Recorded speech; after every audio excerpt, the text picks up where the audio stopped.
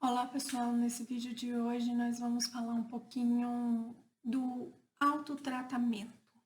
Nós já falamos do conceito de ansiedade, do medo, em como que a gente vai avaliar esse medo, do autocuidado, das origens desses sentimentos de insuficiência, de insegurança que nos são gerados no decorrer da vida.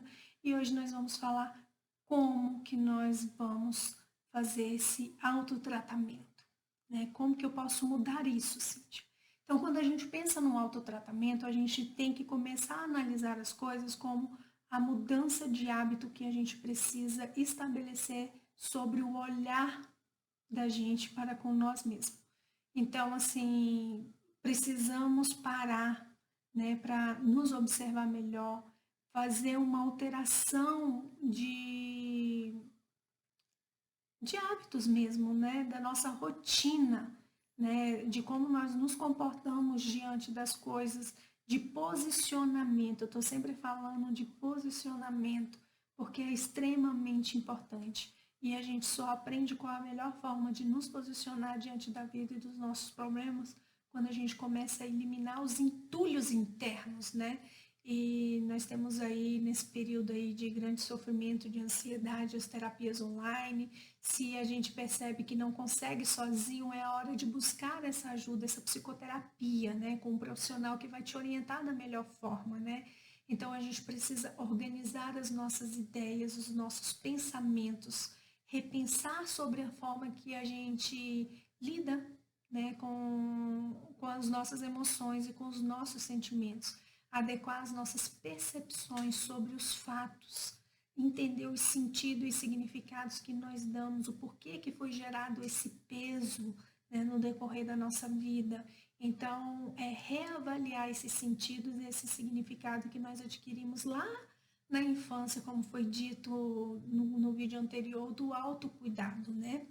Então, é conhecer esses sentimentos, conhecer as nossas fraquezas, nossas sombras, nos abraçar novamente, eu repito, e estabelecer limites, limites para nós mesmos, limites para a gente não gerar sofrimentos desnecessários na nossa vida, né? De uma tristeza a gente alimentar tanto a ponto de gerar um sofrimento que nos abale fisicamente, que nos desestrutura emocionalmente e que gere aí em várias crises de pânico, em outros transtornos, obsessivo-compulsivo, enfim, em uma depressão, em várias outras doenças emocionais que acabam fazendo com que a gente perca a proporção, né,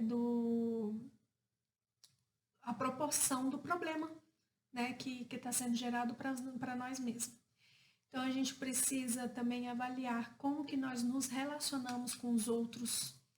E esse tratamento é justamente isso, é realinhar as prioridades, é observar como a gente reage diante de alguns conflitos, é observar os nossos, como que a gente lida com os nossos, né? Como que eu me relaciono com as pessoas socialmente, no meu trabalho, na minha família, com meus filhos, principalmente quem está próximo da gente. É engraçado, porque a gente tende a fazer alguns papéis diferentes quando a gente está lidando em ciclos sociais que não são os nossos, as pessoas mais próximas, mas a gente tende a ter reações menos tolerantes quando a gente está próximo dos nossos. Por quê? Porque é ali que a gente tem a liberdade de extravasar. Então, é fundamental que a gente comece a observar como é que a gente lida com os nossos, sabe? Ali pode ser um indicadorzinho, um pontinho que vai dizer para você, olha, tá acontecendo alguma coisa. Você não tá sendo tão tolerante com você mesmo. E quando a gente não é tolerante com a gente mesmo, a gente não consegue ser tolerante com os outros, não é verdade? Então a gente precisa reconhecer mesmo essas nossas necessidades, esse nosso interno, e usar isso como indicadores de reações, ver quais são os nossos medos, e quando a gente sente medo, o que, que a gente faz? A gente paralisa, a gente briga, tem gente que sorri de nervoso, a gente chora, a gente resmunga, a gente tende a ficar se justificando o tempo inteiro. Então, isso é uma forma de reconhecer como é que eu me posiciono, como é que eu reajo diante de alguns problemas, né?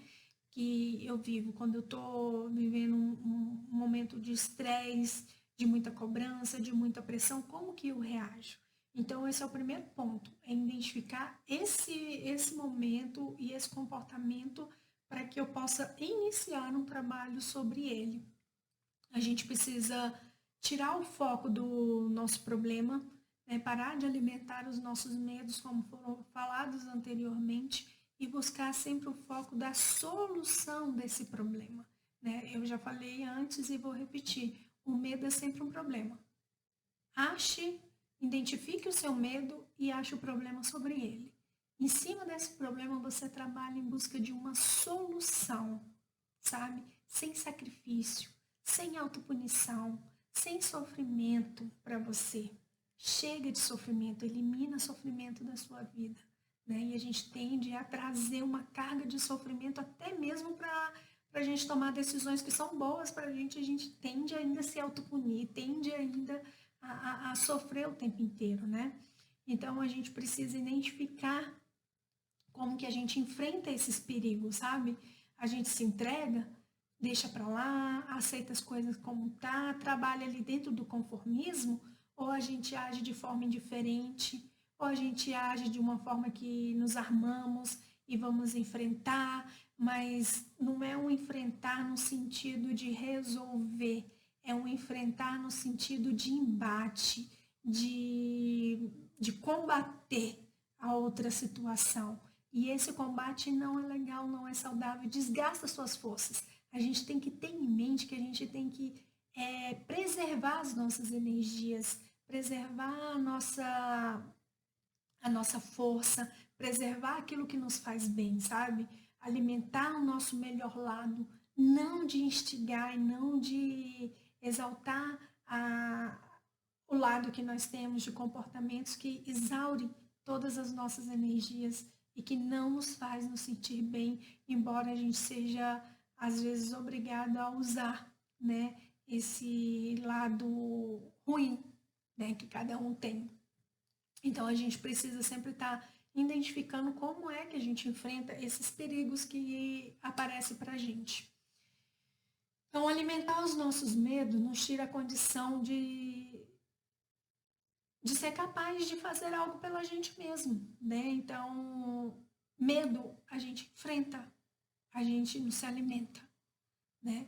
Então, a gente precisa entender esse medo, mostrar como identificar como é que a gente reage e a gente tentar mudar esse hábito de pensar e de sentir esses sentimentos que nos são gerados, né? E essa mudança de hábito é trabalhosa, sabe? Requer tempo, requer valorização das suas conquistas. Às vezes a gente deixa de reagir de uma forma armada de combate e a gente para pensar e fala, poxa, consegui superar isso, consegui passar para isso. E quando a gente não consegue sozinho, a gente tem que buscar ajuda mesmo, porque aquilo dali está mexendo emocionalmente com a gente.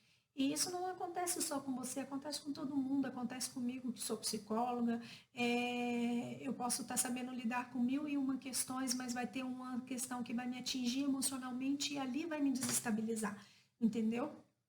Então a gente o tempo inteiro tem que saber o nosso limite, até mesmo para procurar apoio quando a gente precisa, né? E principalmente de reconhecer as nossas forças e as nossas fraquezas, como eu falei anteriormente. E só a gente sabe a nossa realidade, só a gente sabe a nossa necessidade e o nosso esforço. Não adianta a gente querer terceirizar para que o outro adivinhe o que a gente quer, adivinhe o que a gente espere. Não, não é interesse dele. Inclusive, ele vai viver e sugar o máximo que você tem para oferecer, porque o interesse dele é cuidar dele. É assim, a condição humana é assim, entendeu? Então, a gente tem que olhar para os nossos interesses e para as nossas vontades para que a gente busque essa força e esse equilíbrio emocional dentro da gente mesmo. Então, não deixe na mão do outro aquilo que você pode fazer por si mesmo.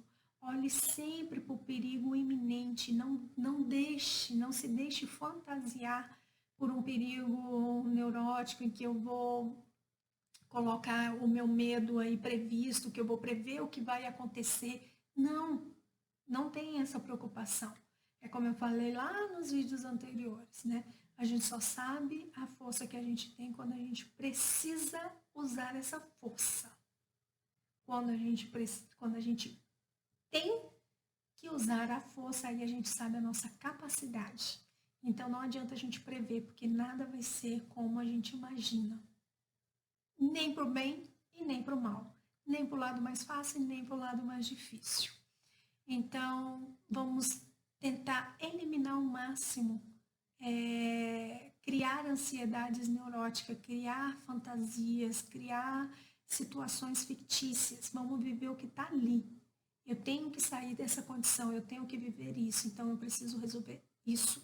Somente isso que você precisa entender. Seja um ansioso realista. Eu sou ansioso porque está acontecendo isso aqui e isso daqui eu tenho que resolver, né? Viva as dificuldades, vendo sempre as soluções do problema, agindo de forma responsável, correta e comprometido, principalmente com você. O compromisso, quando a gente tem com nós mesmos, a gente consegue ser compromissado com o outro também, entendeu? E se você está sobre um perigo iminente, está triste, preocupado, mas está tendo precauções, cuidado, você está vivendo uma ansiedade realista, e isso faz parte da sua condição humana, então tranquilize seu coração, porque você está fazendo a sua parte e o seu papel. E isso é o que importa. Não deixe nenhum momento que sentimentos ruins sejam alimentados, sabe? Que mostram uma ansiedade já neurótica, em que você trava uma luta desnecessária, que só vai desgastar suas forças com você mesmo, né? E tirar toda a sua energia. E se tem algo que você quer e pode fazer, faça. Pegue a responsabilidade dentro daquilo que você pode fazer, pode proporcionar, né? Não assuma a responsabilidade do outro. Então, se você vê que você está puxando responsabilidade que é do outro, para você, corta, elimina isso da sua vida. Você não precisa assumir responsabilidade de ninguém. Se o outro fez algo com você, para que você vai se autopunir mais uma vez? De dizer que você não foi suficiente para essa pessoa? O porquê? Corta, elimina. Se não foi suficiente para, se você não foi suficiente para essa pessoa, porque talvez o objetivo dela não seja aquilo que você esteja esperando ou aquilo que você esteja querendo. Por isso que é importante a gente saber as nossas reais necessidades, para a gente entender também qual o que é que o outro também está me propondo, entendeu? Compreenda-se, apenas se compreenda, né? Lembre-se que você é parte de um sistema complexo, né? E assim como um relógio, nós somos apenas uma pecinha que não vai conseguir dar as horas, né? E para que esse relógio dê o tempo certo, a hora certa, ele precisa estar completo e funcionando muito bem. Então, é isso que a gente espere alcançar sempre os nossos resultados, que a gente saiba desenvolver o nosso papel da melhor forma, né? Que dentro desse conjunto sistêmico grande desse universo, desse planeta, a gente saiba o nosso papel, a nossa importância e que a gente consiga fazer o melhor para nós e para aqueles que estão próximos da gente. E a pandemia, nessa realidade que nós estamos vivendo, é justamente isso. Não vamos deixar que o sofrimento, essa angústia, essa ansiedade que está nos trazendo de tantas informações nos paralise, impeça que a gente haja, impeça que a gente faça a nossa parte diante desse medo.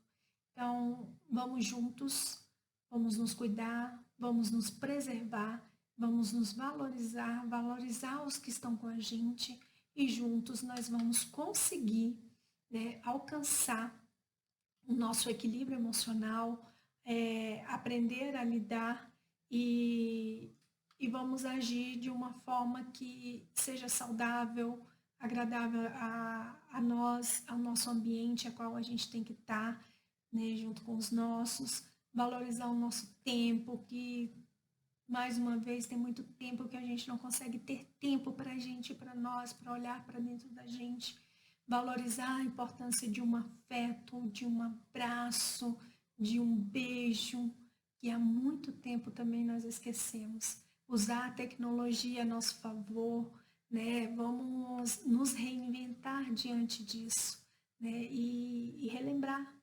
que, por mais que a tecnologia tenha tomado o espaço desse contato afetivo, hoje a gente está tendo a oportunidade, diante de tudo isso que a gente está vivendo, de entender a importância e a falta que isso nos faz, entendeu?